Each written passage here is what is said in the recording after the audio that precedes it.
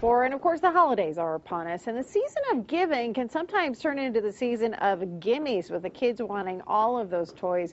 As much as we try to explain to our kids that the holidays are not about getting showered with gifts, it is hard to manage their expectations when they get distracted by all those commercials and the toy catalogs and then all of the displays. So how can you manage those gift expectations during the holidays?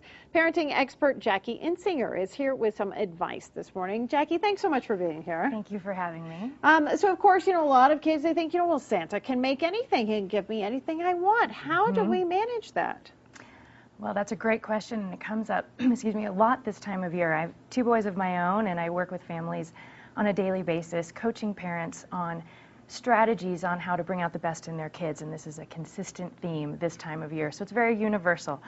So there are 5 strategies that I think could be beneficial as general strategies for families this time of year to kind of bring in the mindfulness and the gratitude and kind of rein in a little bit of the gimmies, as we call them. Okay, what are your strategies? My strategy. So strategy number 1 is get a gift, give a gift. So as one comes in, one goes out.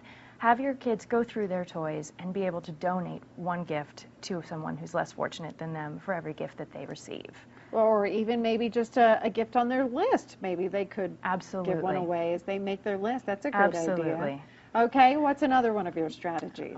Strategy number 2 that I would say is have your kids make a list of everything that they're asking for. And that way, they actually, they're inundated every day with advertisements and commercials, and I want this, I need that, I need to have this tomorrow, whatever it might be. When they actually take the time to write them down, they might not look as good or as important to them on paper, and having them prioritize them, you'll know that when you're spending the money on these gifts, or however they're getting these gifts, at that point, that that it's spent on what they really want the most. Well, and of course, families are so busy every day of the year, but especially this time of year, and so time is pretty meaningful as well. Yes, I think the gift of time is the most precious gift of all you can give your kids. And kids, whether they show it or not, and depends on their age and their personality, what they want most is you.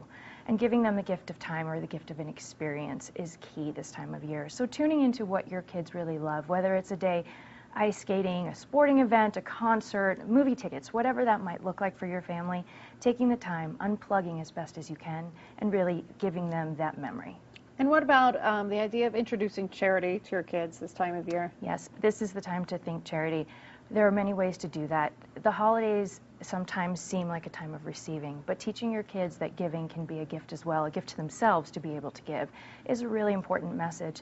And there are charities locally like Operation Santa or the Children's House where you can actually get your children involved, or going to an online organization like globalgiving.com where you can give a gift card for your child, and children as young as 3 years old can actually choose a cause that they can identify with, whether it's animals, parks, or other kids, that they can give their gift card to and then get status reports and see really how it's impacted these organizations. Well, I think that is a great idea. And of course, we did just have Thanksgiving. We all said what we are thankful for, but I think that that's a good idea through the holidays as well, right?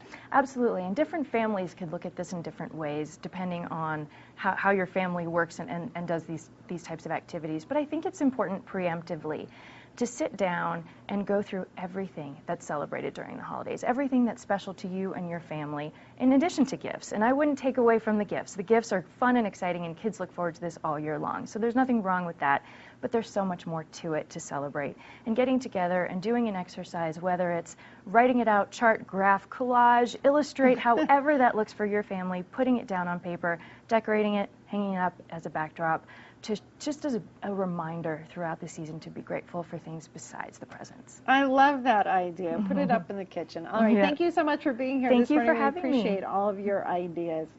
Thank you. It is 7:48.